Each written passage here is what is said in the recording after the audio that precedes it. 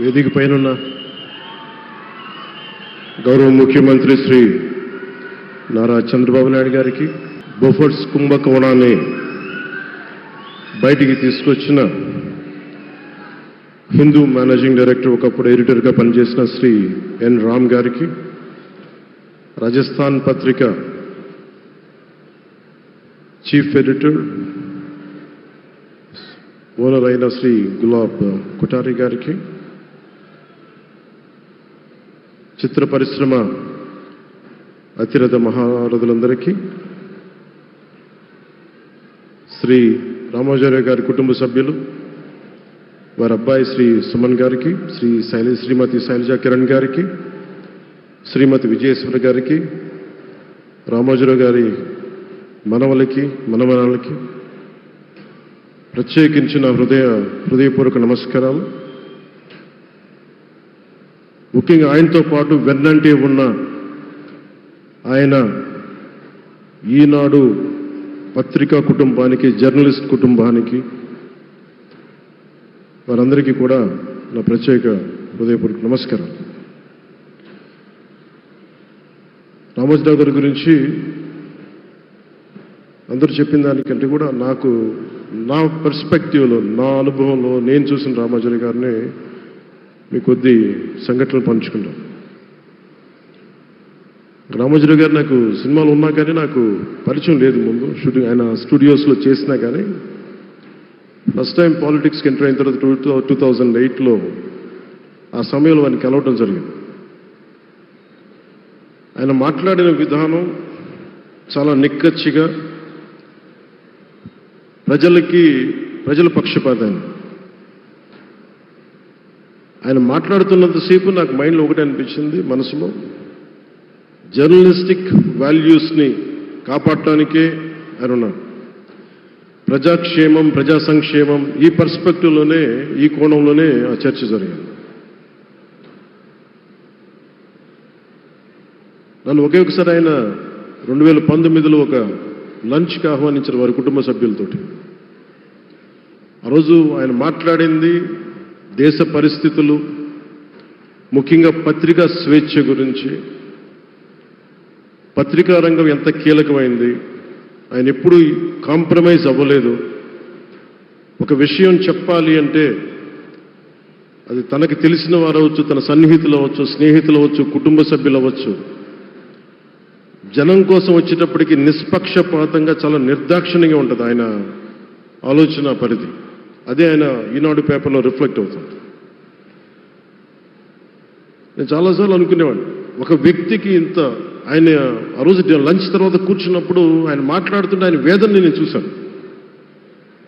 ఆయన నలిగిపోతున్నారు. నిజంగా పత్రికా స్వేచ్ఛ ఎంత అవసరం దేశానికి, ప్రజాస్వామ్యానికి ఎంత కీలకమైంది, అది ఆయన చెప్తుంటే ఆయన ఆవేదన నాకు అర్థమైంది. అలాంటి వ్యక్తి మీద ఎన్ని రకాల ఇబ్బందులు పెట్టారో మనందరికీ తెలుసు. ఒక పేపర్ ఒకటే నడపటం చాలా కష్టసాధ్యమైంది. కానీ దాంతోపాటు ఆయనకి నష్టపోవడానికి, జనరల్గా అలాంటి విలువలు, కమిట్మెంట్ ఉన్నవాళ్ళు మిగతా వ్యాపారాలు అంటే ఆయన్ని అన్ని రకాలుగా దాడులు చేయడానికి చాలా తేలిక. అలాంటి దాడుల్ని తట్టుకుంటూ యాజ్ అ జర్నలిస్ట్ ఆయన అన్కాంప్రమైజింగ్ యాటిట్యూడ్, అన్కాంప్రమైజింగ్ వాలర్, అవన్నీ ఆయన్ని నాకు చూస్తే చాలా చాలా ఆనందం వేసింది. ఆయన ఒకటే చెప్పారు నాకు, your upcoming political leader, I wish you all the best. నీ జీవితంలో నువ్వు కాంప్రమైజ్ అవ్వకు, what ever you believe in, నువ్వు ఏదైతే నమ్ముతావో దాన్ని త్రికరణ శుద్ధిగా చేయని చెప్పి ఆయన చెప్పింది నేను ఈ రోజుకి మర్చిపోలేను. అలాంటి మహానుభావుడు సంస్మరణ సభకి నేను ఈరోజు ఇక్కడికి రావటం ఆంధ్రప్రదేశ్ ప్రభుత్వం భాగంగా నాకు నిజంగా చాలా ఆనందంగా ఉంది. రైట్ టు ఇన్ఫర్మేషన్ యాక్ట్ దారిలో చూస్తూ ఉంటుంది దాకా ఎగ్జిబిషన్లో 2008 రైట్ టు ఇన్ఫర్మేషన్ యాక్ట్లో ప్రజలకు ప్రతిదీ తెలియాలి, ప్రభుత్వంలో ఏం జరుగుతుంది, ప్రభుత్వం ఏం తీరుతలు ఎలా ఉందని. దానికోసం ఆయన అందరినీ కలిపి ఆంధ్రప్రదేశ్లో, ప్రత్యేకించి ఉమ్మడి ఆంధ్రప్రదేశ్లో ఆయన ఒక ఉద్యమకర్తగా కూడా వ్యవహరించారు. ఒక ఆర్టీఐ లాంటి థాట్ ప్రాసెస్ ఉండాలి అంటే ఒకటే ఉంటుంది, ఇది ఏమి జరిగినా ప్రజలకి తెలియాలి. ప్రభుత్వంలో ఉన్న రాజకీయ వ్యవస్థ ఏమి చేసినా ప్రజలకి తెలియాలి, వారికి అండగా ఉండాలని చెప్పి ఆయన చేసిన ఈ యజ్ఞం చాలా జటిలమైంది, చాలా కష్టమైంది. పత్రికా రంగంలో విస్తరించిందే కాకుండా సినిమా నిర్మాణ రంగంలో కానీ, స్టూడియోస్ కానీ, హోటలియర్గా కానీ ఇవన్నీ చాలా చేసి ఉండొచ్చు. కానీ ఆయన క్రక్స్ ఆఫ్ రామోజీరావు గారిది మోస్ట్ ఇన్స్పిరేషనల్ జర్నలిస్ట్. ఇందాక కొల్లూరు పార్థసారథి గారు చెప్పిన, ఇందాక అమరావతి నుంచి నాయ ఎమ్మెల్యే గారు మాట్లాడినా కానీ, పార్థసారథి గారు చెప్పినా కానీ ఆయనకి ఖచ్చితంగా ఒక విగ్రహం పెట్టాలని. ఎందుకంటే జర్నలిస్ట్ విలువల్ని కాపాడి ఆయన ఎందుకు ఇన్స్పిరేషన్ అంటే ఎన్ని కష్ట నష్టాలు వచ్చినా, ఒక జర్నలిస్ట్గా ఉండటం వేరు, ఒక పత్రిక అధిపతిగా ఉండి అన్ని ఒడిదుడుకులు ఎదుర్కొని ఆయన కుటుంబాన్నంతా బెదిరించినా కానీ ఏమి చేసినా కానీ జనరల్గా కుటుంబ సభ్యులు కష్టం వస్తే నలిగిపోతాం. కానీ అది కూడా దాటుకొని నేను నా జర్నలిస్ట్ వాల్యూస్ నేను కాంప్రమైజ్ అవ్వను, ఏదైతే జరగనని చెప్పి ఆయన కూర్చోబెట్టి at the cost of his family members also he vent ahead and uphold the journalistic values. వారికి దానికి చాలా చాలా సాహసంగా నాకు చాలా ఆనందం వేసింది. ఆయన ఆఖర్లో ఎలక్షన్ రిజల్ట్స్ వస్తాయి, ఎప్పుడు వస్తాయి వీటన్నిటి అనుకున్న టైంలో నేను ఒకటి అనుకున్నాను, ఆయన ఆరోగ్యం క్షీణిస్తూ ఉంది, బాగుండు, ఆయన ఈ విజయ వార్త వింటారా లేదా అనేది నేను ఒకటి ఆలోచిస్తూ ఉన్నాను. సో నేను శ్రీమతి శైలజా కిరణ్ గారిని, సుమన్ గారిని, శ్రీమతి విజయశ్రీ గారిని అడిగినప్పుడు నేను ఒకటి అడిగాను, ఆయన విన్నారా అండి, ఆయనకి మాటలు వినిపించినాయా? అందరూ చెప్తారు ఆయనకి వినిపించట్లేదంటే, లేదు, చాలా ఒక 24 గంటలు ఆ విజయాన్ని దశాబ్దం పాటు నలిగారు, దశాబ్దన్నర పాటు నలిగి ఆయన్ని నలిగిన తర్వాత ఆయన అలాంటి వ్యక్తి విజయ వార్త వినకపోతే అక్షోభిస్తుందేమో ఆత్మని అనిపించేది. కానీ విజయ వార్త వినే ఆయన పరమదించారు. అందుకు నాకు చాలా ఒక తృప్తినిచ్చింది. అలాంటి మహానుభావులకి నా నివాళులు అర్పిస్తూ ఆయన నుంచి ఎవరైనా నేర్చుకోవాల్సింది, ప్రజాస్వామ్యాన్ని పరిరక్షించడానికి ఎవరి స్థాయిల్లో, ఒక పత్రికాధిపతిగా కావచ్చు, ఎవరు ఏ స్థాయిలో ఉన్నా దాన్ని మనం కాపాడాల్సిన అవసరం ఉంది.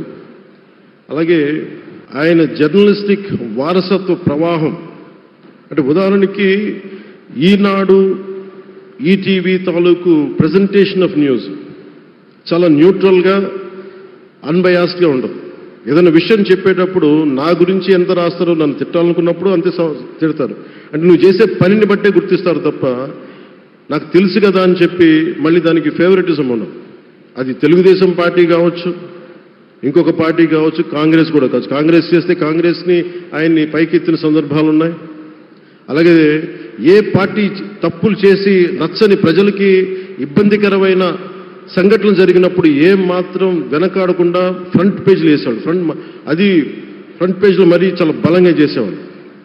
సో అందుకే నాకు అనిపించింది ఒక జర్నలిస్టిక్ వాల్యూస్, ఆయన తాలూకు వారసత్వ ప్రవాహం ప్రతి జర్నలిస్టు పుణికిపుచ్చుకోవాలి, తీసుకోవాలి.